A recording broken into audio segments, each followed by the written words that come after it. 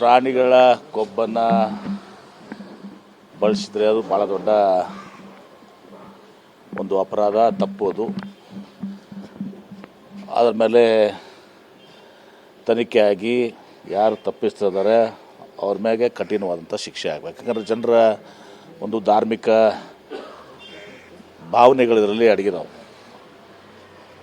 ಆದರೆ ನಾನು ನಮ್ಮ ನಂದಿನಿ ವಿಚಾರದಲ್ಲಿ ನಿನ್ನೆ KMF ಅಧ್ಯಕ್ಷರು ಮಾತಾಡಿದರು.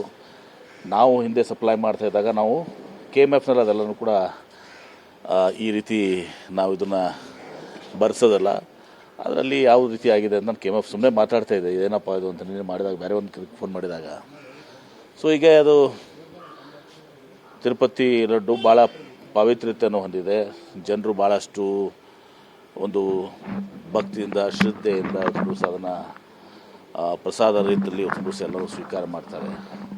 ಅದರಲ್ಲಿ ನೀವು ಈ ರೀತಿ ಅವರ ಭಾವನೆಗಳಿಗೆ ಧಕ್ಕೆ ಬರುವಂಥ ಮಾಂಸಾಹಾರಿ ಪದಾರ್ಥಗಳನ್ನ ಅದರಲ್ಲಿ ಇದು ಮಾಡಿದರೆ ಬಹುಶಃ ಇದು ಭಾಳ ಘೋರ ತಪ್ಪಿದು.